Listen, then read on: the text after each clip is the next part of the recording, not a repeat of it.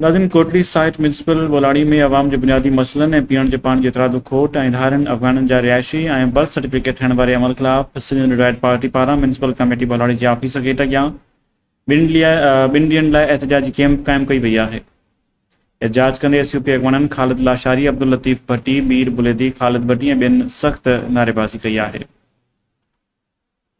Budget अचे थी municipal chairman ऐं काउंसलर जेके आहिनि उहे हड़प कयूं था वञनि। उन खां अलावा जेके धारनि जा सर्टिफिकेट था ठाहिनि, हिते अफ़गानी जेके मुल्क लाइ सिक्योरिटी रिक्स आहिनि उन्हनि खे दहशतगर्द डिकेल करे चुकी आहे। रियासत उनखे दर्जो मिली चुको आहे। उनजे बावजूदि तव्हां ॾिसंदो हे शहरी दर्जे मिलण जे बावजूदि बि तव्हांखे खंडरात जो शिकिल ॾींदो।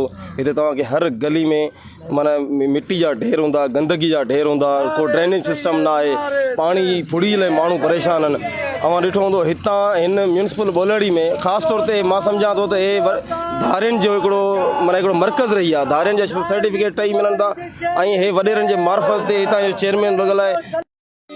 साइड कोटड़ी खे पाणी ॾिनो वञे, धारी आबादकारी खे जेके डोमिसाइल PRC ॾियनि पिया उहे बंदि कया वञनि, सफ़ाई सुथराई जो जेको इंतिज़ामु आहे उहो बहाल कयो वञे। हिते जेके असांजा वॾे अफ़सोस सां चवणो थो पए, सफ़ाई ते इहो जेको सीपरनि जे कम ते तमामु जेके माण्हू आहिनि उहे उन्हनि पंहिंजा रखिया आहिनि, मुस्लमान रखिया आहिनि, उन्हनि खे वरी पंहिंजे बंगुलनि ते रखियो अथनि। उहो सभिनि खे पंहिंजे पंहिंजे कम ते लॻायो वञे ऐं पाणी फिलफोर ॾिनो वञे, सफ़ाई कराई वञे ऐं जेका धारी आबादकारी आहे उन्हनि जा जेके शिनाख्ती कार्ड डोमिसाइल PRC ठाहे ॾियनि पिया उहे बंदि कया वञनि।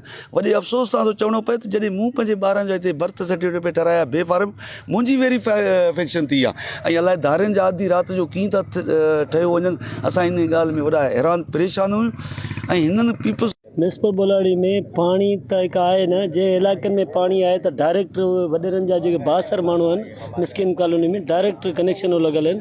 असीं पहिरियों त मुतालबो कंदासीं त उहे डायरेक्ट कनेक्शनूं कटिया वञनि। ऐं इलाइक़े जंहिं गली में वेंदो उते किचिरो लॻो पियो आहे। म्यूनिसिपल बोलाड़ी जो एहतजाज MC बोलाड़ी जे चेयरमैन जे ख़िलाफ़ु आहे, जेको हिते तव्हां ॾिसो त पाणी जी सहूलियत खां महरूम आहे MC बोलाड़ी, हितां जी सफ़ाई सुथराई खां महरूम आहे MC बोलाड़ी। ऐं तव्हां ॾिसो त हितां जा जेके सर्टिफिकेट आहिनि उहे धारियुनि जा आराम सां ठही था वञनि, पर हितां जा जेके लोकल माण्हू आहिनि सिंधी उन्हनि खे मीटर जी NOC बि पूरी नथी मिले।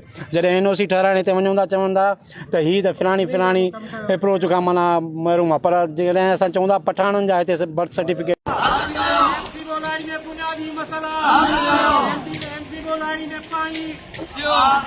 पानी ना है चो भला।